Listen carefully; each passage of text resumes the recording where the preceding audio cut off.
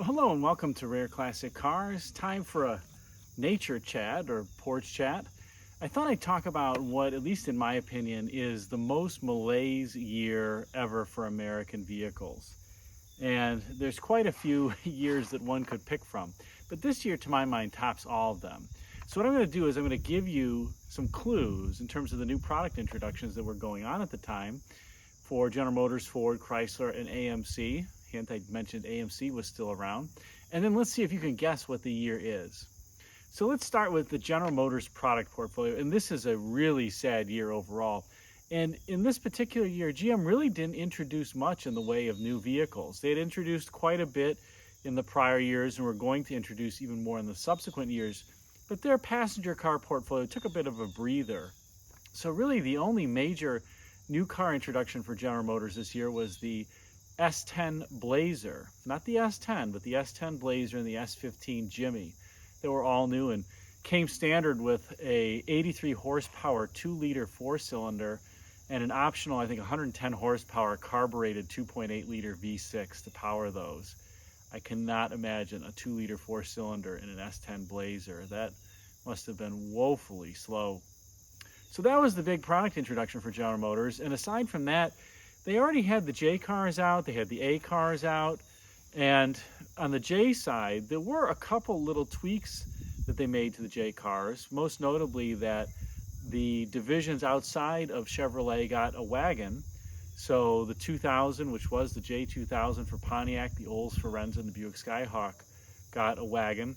They also did away with the woefully inadequate and very underpowered 1.8 liter overhead valve 4-cylinder engine that came with the J cars at the start and replaced it with a 2-liter fuel injected 4-cylinder in the Chevrolets, and then in some cases a 1.8 liter overhead cam 4-cylinder imported from Brazil in the other J cars. On the A car side, it was about the most excitement that you were going to get out of General Motors because there was the introduction of the Pontiac 6000 STE with a high output 135 horsepower 2.8 liter V6. So that was actually named one of Car and Driver's 10 best cars of the year in this particular year. And you know, those 6000 STs are actually pretty nice. Later they'd have an all-wheel drive version, but I thought they were pretty cool. That was probably the most exciting. Buick did have a T-Type as well of the Century that it introduced with the horrible 3-liter V6 carbureted engine, terribly weak bottom end, not at all like the later 3.8 3800 engines, even though it was a derivative off of the same block. Really just wasn't that adequate. They also introduced the 4.3 liter V6 diesel in the A cars, so I'm sure that all of you were just waiting for that to get introduced, especially given by this point the Olds 5.7 liter diesel had really gotten a pretty tarnished reputation, and by this point, having been introduced in 1978 and having quite a few consumer issues, everything from injection pumps to head bolts to head gaskets.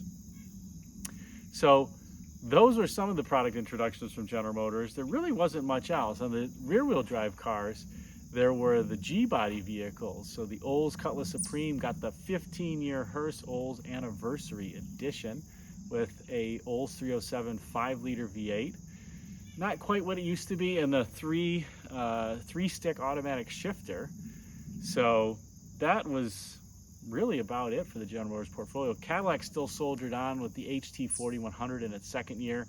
And perhaps the biggest clue I can give you on the General Motors side is that this is the only year since 1953 where there was not a production Corvette. There were prototypes that were made. It was supposed to be introduced this year. There was no Corvette. So the top dog was something like you have the Firebird that has 175 horsepower Crossfire injected V8. Not a great year for General Motors.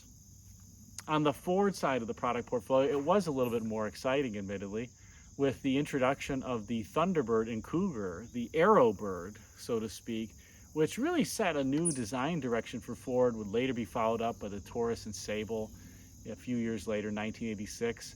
This was also the year that the wonderful Tempo and Topaz were introduced. Again, some other vehicles that really are memorable in American automotive history. One cool thing that Ford did do is they had a lot of door-into-roof designs on the Thunderbird, the Cougar, the Tempo Topaz. And I really like the Thunderbird, although in this year it really only came with the 3.8 liter V6, which would later get a reputation for blowing head gaskets, but still a cool, overall cool vehicle. And outside on that, on the Ford portfolio, there was a Fox body version of the LTD and Marquis introduced. The Grand Marquis, as an example, would move up to the Panther platform, but the Marquis, just the Marquis, would become a Fox body vehicle. And over on the Chrysler side, it really wasn't all that much exciting either, so to speak. A lot of the rear-wheel drive portfolio was pretty similar, but the big thing for Chrysler was the new E-Class Chrysler, the stretched K car. Wow. As well as the Dodge 600. So the E-Class Chrysler, they stretched the wheelbase by about 3 inches, gave the occupants a little bit more rear seat leg room. Even had body colored wheel covers a la Mercedes, hence the E-Class nomenclature as well.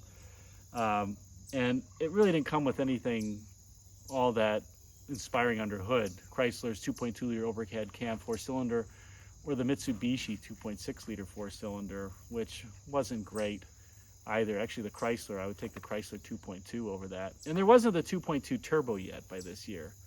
So not much at Chrysler. That was really it. You know, you even had the Chrysler renamed the Plymouth Horizon TC3, and Dodge also changed to the Dodge Charger nomenclature.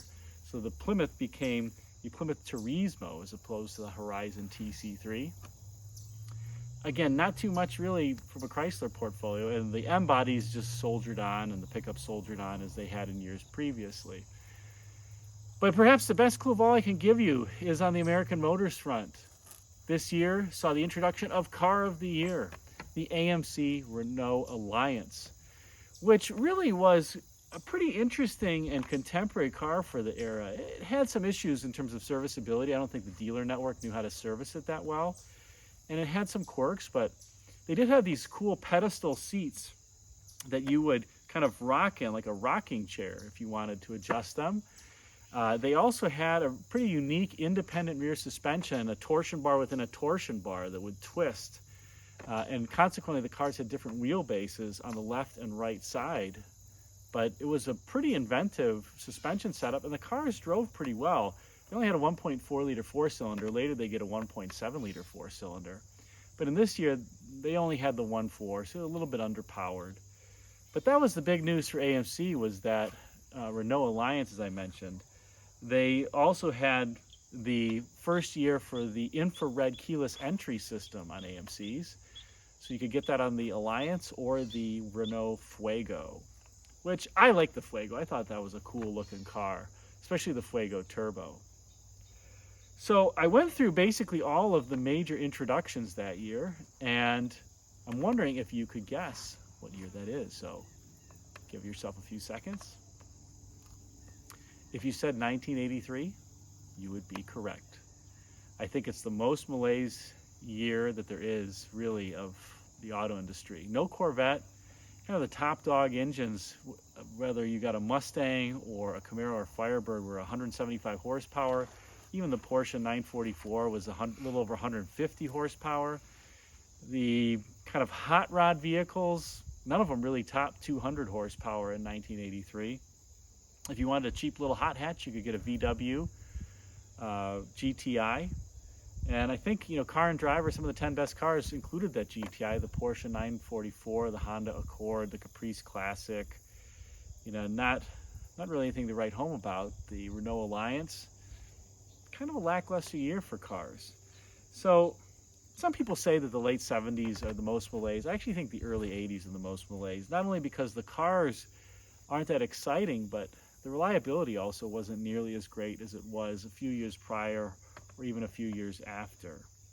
So, in any case, 1983, most malaise year in my opinion. Let me know what you think in the comments section below. Thanks for watching. Hope you enjoyed this porch/nature chat here on Rare Classic Cars. Till next time, take care.